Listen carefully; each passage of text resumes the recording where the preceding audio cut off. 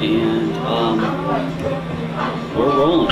Okay, today is Tuesday, October 12th, 11th, 12th. Well, anyway, and Jason and I are sitting here in the library coffee shop. We were looking for a quiet place, and you think it's quiet, we have background music, but it's okay. It's comfortable, and I'm all dressed up for Christmas, but the reason why we came here was because there's something about my building that it can be off-putting. Now, am I supposed to be looking directly? Yeah. And whatever. Actually, hold on. Let me, I want to test this and make sure that... Yeah, sure, why not? Okay. We're rolling again now. I begin again? No, okay. And so this place is a very interesting place. I know we have loud music that we didn't have before, but it's the library, and it's a wonderful library. We're very lucky to have one of the top 50 libraries in the nation. And I love the library. I loved coming to the library as far back as I can remember. And I was lucky enough to do volunteer work here this summer with children. Last year, it was a better volunteer project where I would read to a child would read to me, and I really liked it better than this year because not enough people downtown wanted to come downtown rather to do with the children thing, and the only branch that really pushed it was Sanger. People really did that, and I think to read to a child and have a child read to you is such a delight. But this year, the program I was in would be supposedly a parent or someone who brought the child to the library was supposed to read to the child, and then we would do a craft project pertaining to that particular whatever book it was or theme of the day. And another thing that was so different this summer, I remember the first little boy that came in with his mother, and they had a baby too, and he was about 5 or 6. And we were reading and doing some little craft thing, and he had a hard time sitting still, but all these kids in the library were running around the library. They were just a gang of kids, and they hit my little boy in the head. And I thought, oh my God, I don't think this woman's going to come back here for the summer, and she didn't. And the children often use the library as a babysitter. The parents dump them, and they stay all day in the library. And that really got to me. And I was lucky enough, I was working with this woman who's a, grandparent thing. If you're over 55, you get to get paid to work with children. And even though I am a bit over 55, I just didn't have it in me to put in 20 hours a week, which is minimal work. And I worked with her I worked with her. I mean, she was working, they're closed? No, they're not closed. She has friends.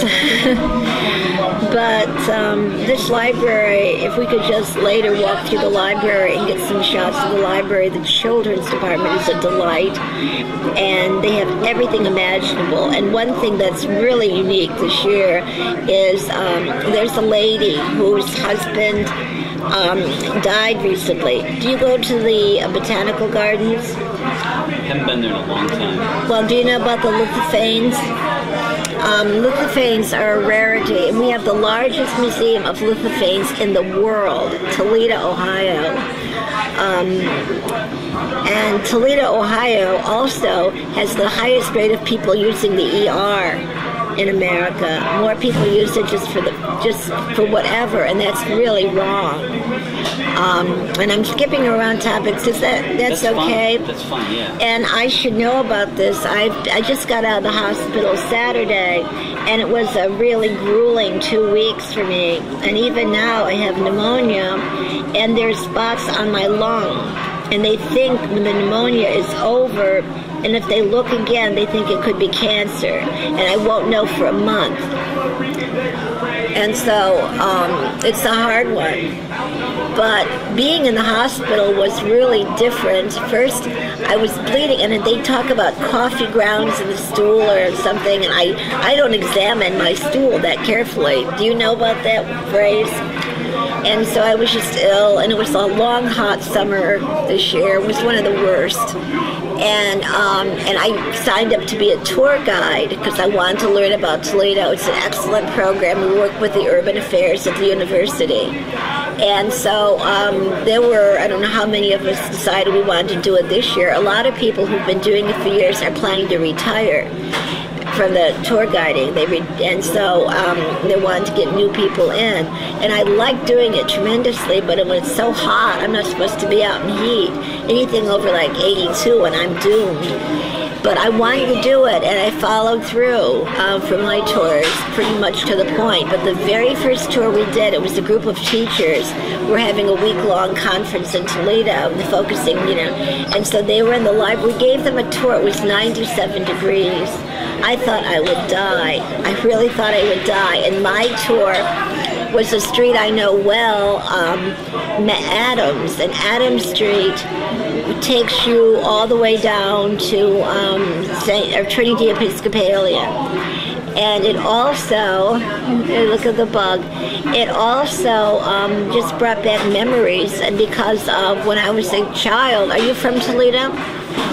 But you're not that old, so you don't remember downtown. But it was delight coming downtown with my grandmother, just shopping. And the Paramount Theater is one of the most beautiful theaters in America, and to tear it down to build a parking lot is typical Toledo thought. Toledo thinks like I don't know what. And it's very foolish to lose such a beautiful theater. And I just have some photos of it, but that's all. It's sad.